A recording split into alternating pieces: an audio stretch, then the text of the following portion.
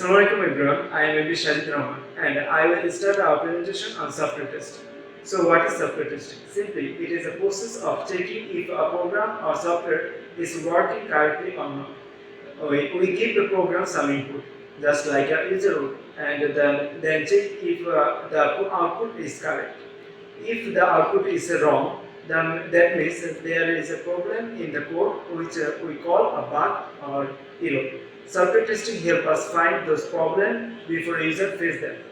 In this presentation, our team will show you why testing is important, different type of testing, how to design good test cases, and real example.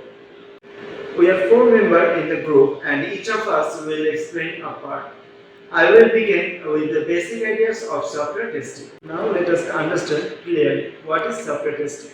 When we make any software, we need to check if it is working properly. So we do that by giving it some input and we see what output it gives us. Let me give you a very simple example. Think a calculator. You press 2 plus 2 and it shows 4. That's correct. But what if we press 2 plus 2 and it shows 5? That is wrong. That means there is a bug in a software, so we find the bug and fix it.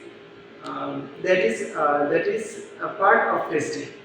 We use test cases which are like small experiments. Each test case has 3 parts: input data, current state of the system, what output we expect. We also use a test suite, which are a group of many test cases. Think of it like checking different part of a phone, sound, battery, all on by one. But testing means giving input, checking output, finding problem, and fix them. Now I'd like to invite my next team member, Jain Mutha. Assalamualaikum, I am Zain Mumtaz Khan. My ID is 1473. Alright, let's start with a very important concept in software testing: validation versus verification. Think of verification as asking, are we building the product right? It means checking the software during development. We go step by step. For example, checking if the code works, if the logic is correct, or if we are following the design properly. It's like double checking our work while we are writing. Now, validation means, are we building the right product? This happens after development is done. We check if the final product meets the customer's needs. For example, does this app actually solve the user's problem? Does it match their expectation? Both are very important, because even if we build the product correctly, it's useless if it's not what the user wanted. Now let's talk about the test case and test suite, two common terms in testing. A test case is basically a small experiment.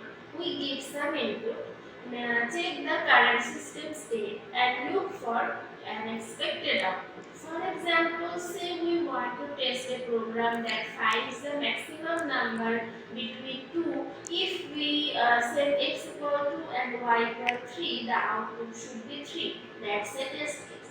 A test is just a collection of multiple test cases. We must test many different pairs like 5, 7, 10, 10 or 0, minus 1. Altogether, this makes a test suite. So, one test equal one case. A group of them is a suite. Now you might ask, how many test cases should we write? Well, there's the thing, we can test everything. It's just not possible. So the best strategy is to test smartly. Some people think that more test cases means better testing, but that's not always true. A big test suite might still miss important error if the cases are not well chosen. So what should we do? Choose smart input that really test the logic. For example, we are testing which number is bigger, x or y. You don't need 10 random values. Just try a few key cases like x greater than y or x less than y and x equal y. That's smart testing. Remember, it's not about quantity, it's all about quality. 4-digit 1240. Today's my presentation topic is how to design test case. Uh, we cannot test everything, so we choose a smart test case. A big test suite and does not always find all errors. Best way is to test smartly. Types of testing: black box testing, white box testing. Black box testing. We need to see code, white box testing must see the code. Focus on input and outputs. So focus on logic and text. Black box testing easy to do. White box testing needs more skills. Next slide. Black box testing. We test using only input and outputs. We don't look at the code. Good for user level testing. Thank you very much. Hello, Assalamualaikum everyone. My name is Maya Gilasti from the student ID is 1527. Today I am going to discuss about the black box testing. There are two types of black box testing. First one is equivalence class partition and the second one is boundary value analysis. Equivalence class partition, there are divided into inputs into groups which can be called as classes. One valid class and the other class will be invalid. In the example, we can see the input should be from 0 to 5000.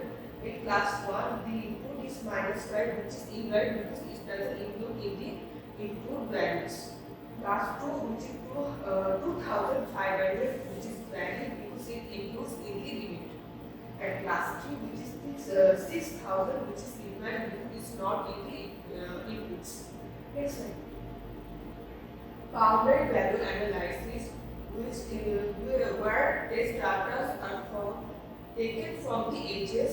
In the example, you can see where range is 0 to 5000, where test data is -1, 0, 5000, 5001, where -1 is